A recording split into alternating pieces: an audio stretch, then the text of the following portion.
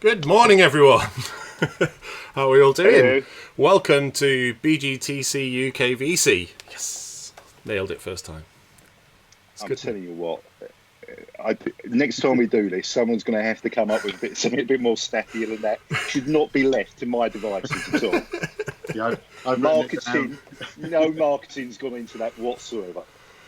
Yes, and welcome to our first guest of these interviews of the weekend, Nabil. Good morning, Nabil. Good morning, gents. How are you? Yeah, Good morning, Nabil. I was saying off camera that we could almost be twins, Yeah, couldn't we? we We'd probably be. could. Yeah, my dad used to get around actually, so it could be. I wish I'd shaved this morning, but with lockdown, Yeah.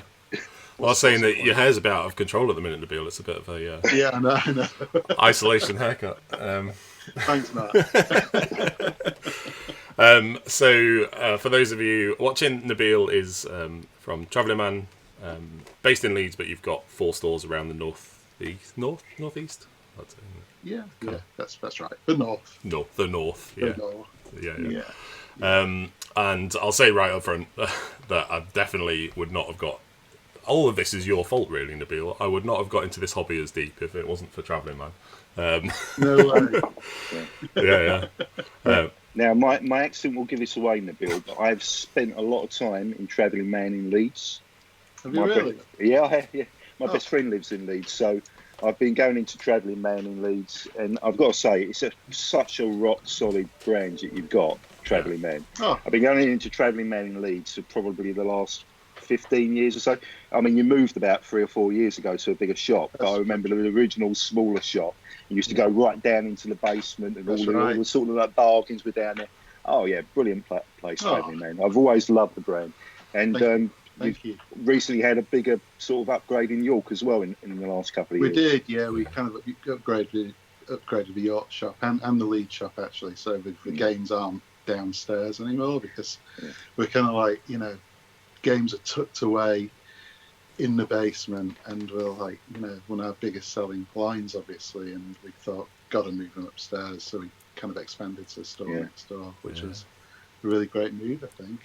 Yeah, you've got a huge sort of range of comics as well, haven't you? You've always been big on the indie comics scene. Yeah. We describe ourselves as a comic and games shop, or games/comic shop, That's or a comic that runs a game shop. Yeah, well, yeah. A lot of people say that. But it has also been going a long time. It's older than me, I believe, because you're celebrating 30 years next year. I've got a couple of years off my 30th. Oh, yeah. That might be a lie. There's someone looking for a discount. Yeah. So we're 30 years old officially in 2021.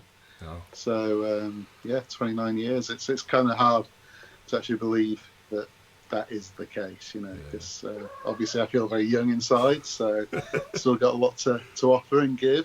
Yeah. I'm glad you said inside, Nabil. That's right. I said, I'm glad you said you feel young inside. Yeah, well, yeah. No. I realise on the outside that's not the case. But, So how long you been involved, Nabil? With the actual brand itself, with the shop itself, how long have you been involved? Oh, well, all of that time? Since the start. I started it in Leeds in a small 200 square foot shop in the student district around Headingley, Hyde Park Corner area. So I was a young 22, 23-year-old, and just thought, I want to open up a games comic shop. It's all an little record shop, isn't it? Yeah, kind of that kind of thing. Totally naive, totally. Well, probably still am actually, but it's it was it's a dream come true really, and it's just plodded on ever since. Yeah, and have you found that the gaming industry has changed much over that 30 years? Because that would have massively. Only just been Catan and stuff coming out back then, I guess. Yeah. Well, we originally got all the original German versions in with English English sheets that were like photocopied and put into backs of the games. Wow. So yeah, a lot of changes. You know, I mean, it was very male.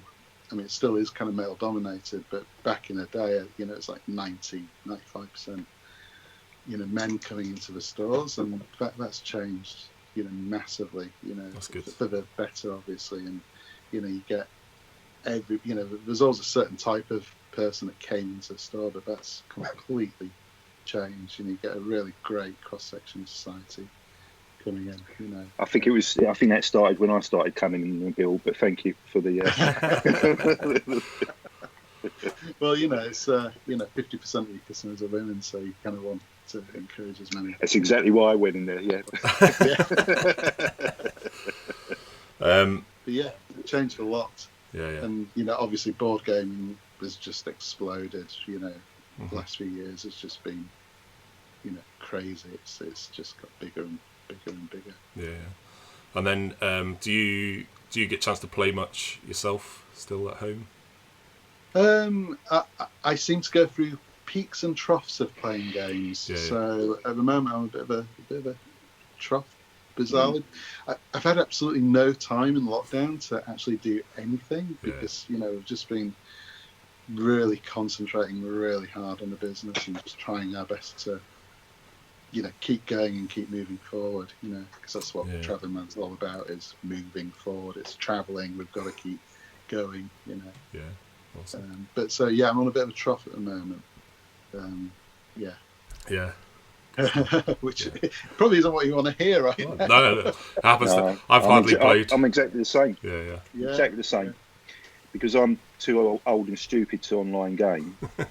My opportunities to play at the moment are basically whenever the family want to, you know, sort of they want to stop me crying in the corner on my own. So they'll come and toss me a bone and play a couple of games. But apart from that, literally well, we keep talking about it off the edge of the cliff.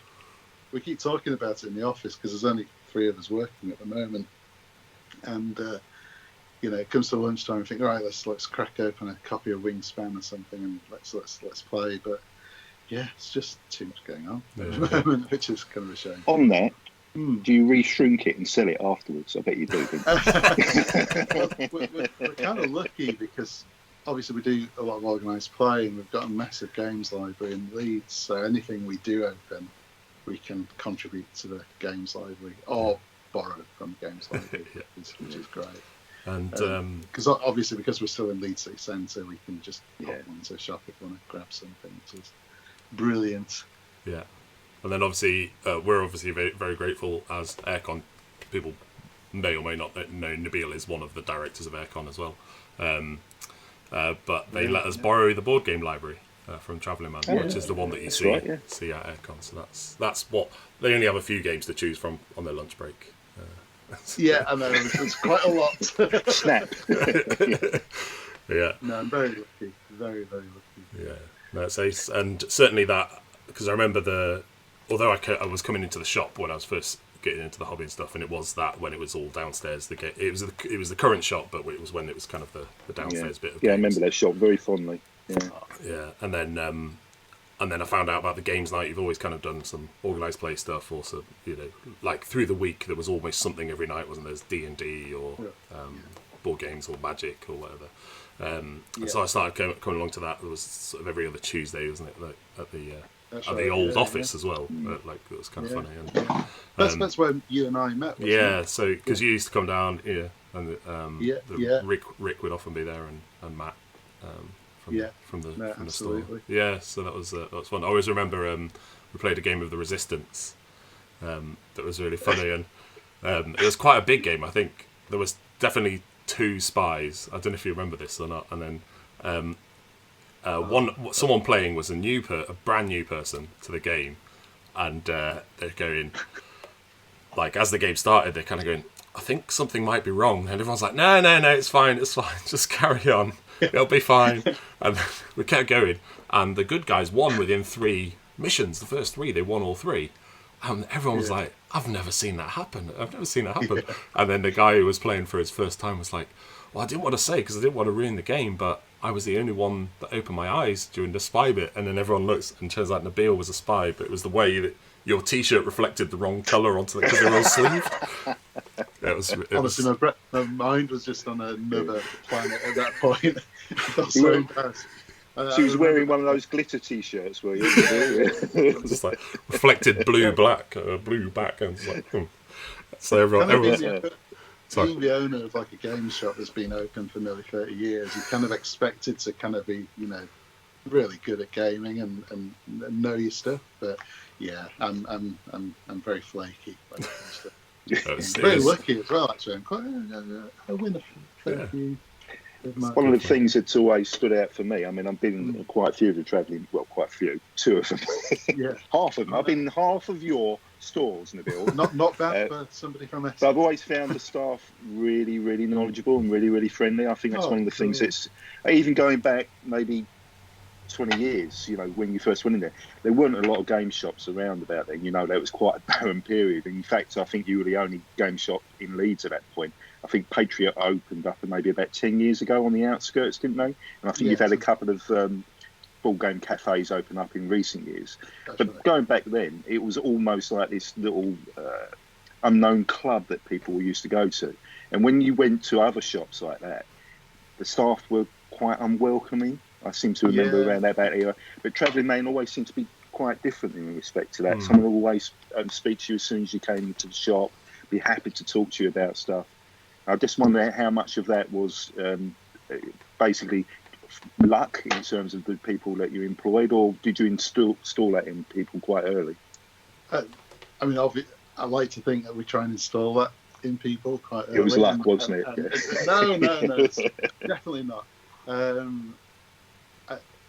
Obviously, feeling welcome coming into any kind of business is a massive, especially in the retail business, is massive. It's super important. So, we've always instilled that in everybody that we employ, and we generally we try and interview quite a lot of people when posts come up, and we're always really lucky that so many people want to work with us. But, we often get very lucky in the numbers of people that actually are interested in joining us, and we can generally spot the. I mean, some of your guys have been with you for a long time, haven't they? Yeah, the same faces year after year.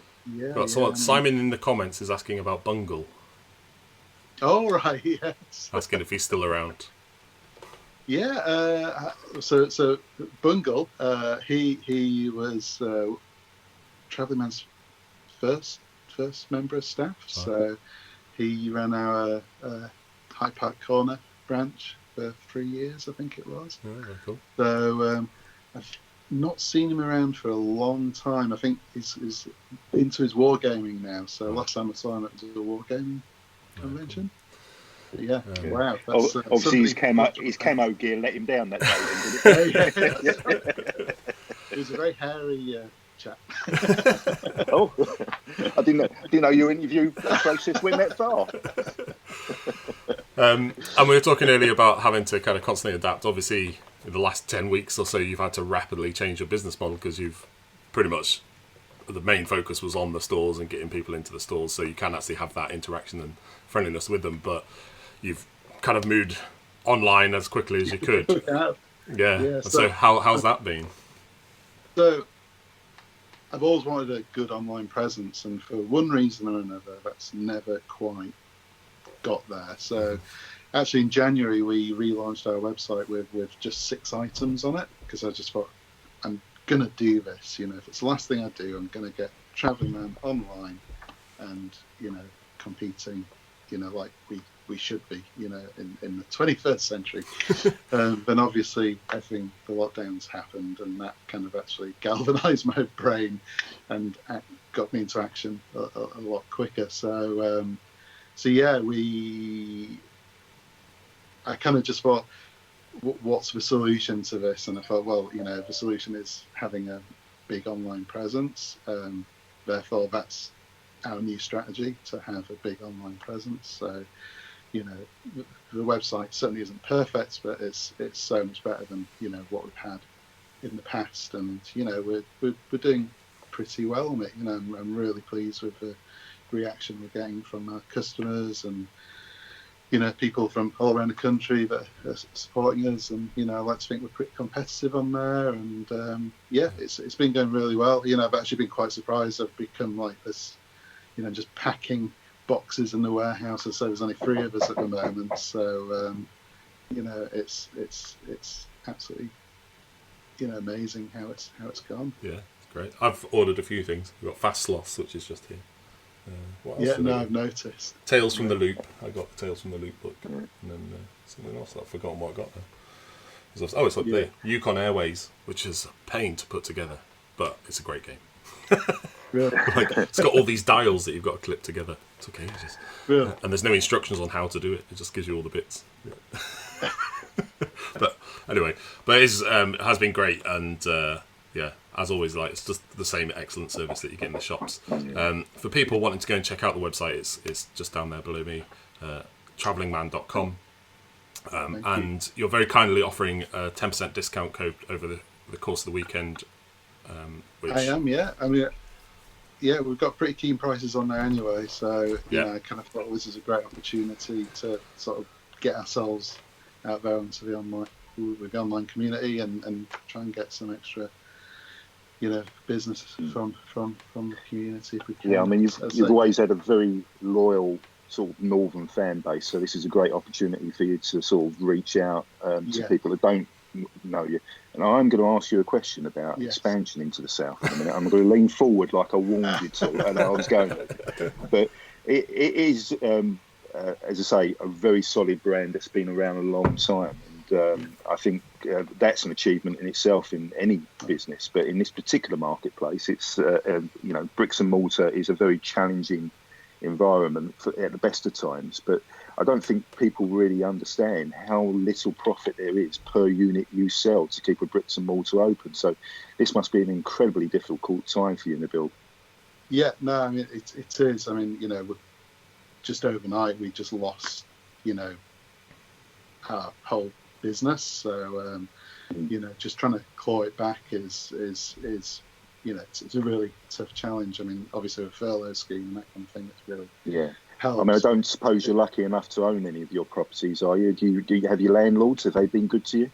Yeah, so far they've been very reasonable, and we're trying to keep up, with payments and that kind of thing. And it's, I say, coming out of this, I'm kind of hoping that, we're going to have a much stronger, bigger presence online, and that will really sort of help to power us back up for when things get sort of back to normal. Yeah. Obviously, we're hoping to open again on the 15th of June, and we're going to be doing that with a much smaller crew of staff initially. Yeah. Not opening full 7 days a week like we used to. Because that whole thing is going to be a huge challenge, isn't it? That social distancing. Yeah. And like you say, the margins in games isn't always, isn't a wonderful margin. Yeah. You're competing with a lot of players out there, and it's it's a tough business to run, because you kind of think. I think one of the challenges is that we tend to be quite tactile.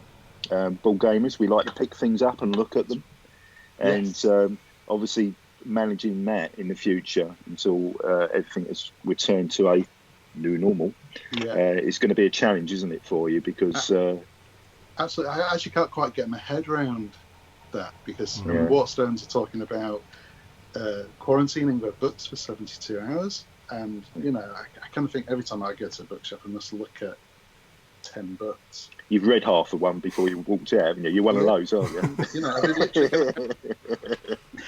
Are they literally going to have like empty shelves? And then, how does a retail operation work like that? Well, I wonder if they're going to have like display copies, and you're not physically buying the copy that you're touching. I can only imagine it's going to be something like that. But for you, it's got very limited storage space, I guess. No, you're not going to be able to do that, are you? No, I don't think so. So we're going to have to be politely asking people to, try and just browse with our eyes and not their hands, which is going to be challenging, and hopefully, but we'll find a way around it. And I've got a suggestion for you. Okay, Here's a novel suggestion. If you buy loads of handcuffs and they handcuff people's hands behind their back as they walk in, some people quite like that kind of thing. So it's an extra service that you could offer. Wow. Yeah. I'm full of great ideas like that. Maybe you could come up and demo that for me. Gladly, I'll bring my personal collection up with me. It's not a problem. Well, on that, it's been an absolute pleasure having you on, Nabil, and once again, but just personal thanks from me on everything you've done. I'm leaning forward, Mark. I haven't asked my question. Oh, sorry. My searching question. Your searching question. Okay. Is there a light that you can shine yourself, Nabil? Sorry? Is there a light that you can shine yourself? An interrogation light. I've got a giant lamp over there. It's my partner does some filming and stuff, and it's really okay. I'm representing the South now, the beautiful South. Okay. And I just wonder if strategically a brand like a Travelling Man has ever thought about extending, somewhere that's civilised, like further south. Particularly East London somewhere. Yeah. Well, in all seriousness, I mean the north is very well served, as you know, by some fabulous bricks and mortar. But the further south you come, I mean, there are some very good bricks and mortar, obviously. But in terms of density of population, there's not enough really to sort of. The population, the ball gaming population, sort of in London alone, would support many, many more shops than it currently does. I just wondered if it's anything that you've ever thought about over the years strategically. Yeah, I mean, I've never made it a secret, but I've always wanted to expand Travelling Man further. I've always felt that the UK deserves a really great board game chain of stores, because one of the issues you've got with board gaming is it's very fragmented. So trying to do something on a national scale can be really difficult. Like if an author wants to do a book signing, we've got a whole chain of Waterstones, for instance, and a lot can be done with that. So I'd love to expand. I mean, it's a silly thing to talk about given the times we're going through and what we've just been talking about. Absolutely. But hopefully rents will be cheap pretty soon. So, there is that, isn't it? I mean, I think that's one of the things that's always put people off, isn't it? That the commercially, the rents are so expensive. Yeah. But in some of the outlying London boroughs, they will certainly support, I think, the board gaming community will certainly support someone sort of moving in and taking a chance. And no, I'm sure. And I do feel like we've got the brand, like you say, to be able to actually do that.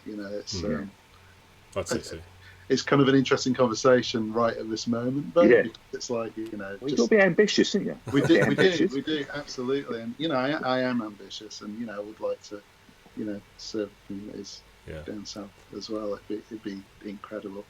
Absolutely. I'd really enjoy it. Bit of a commute for you, but I think it might be worth it. It would. But, it's just a train ride to London, isn't it?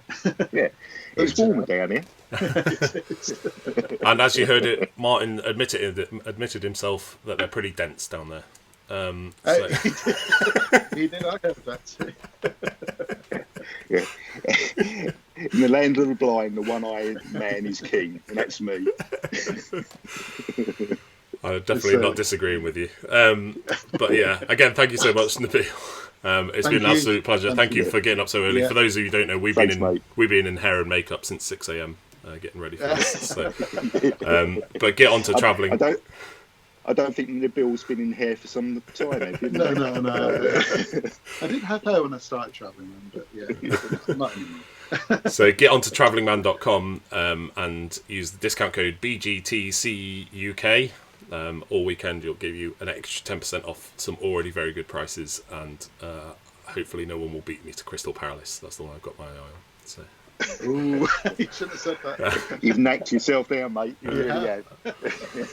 Anyway. I think we only have one of those left at the moment. Oh, really? So, oh, no. Yeah, maybe. I might have another one in the store, but Keep everyone talking for a little bit longer, Mark. Get on the keyboard now, quick. But it's been an absolute pleasure. We're back with a bunch of these through the day, through the weekend. Check out on the pin posts and the announcements. You'll find them all. And also the Bring and Buy is live now, the Open Gaming is live, the exhibitors are kind of coming live through the day. You'll see various posts from lots of different people. It's like herding cats, it really is. It's just like a real convention. But it's been an absolute pleasure. Thank you so much, and we'll see you all in a little while. See you later. Bye.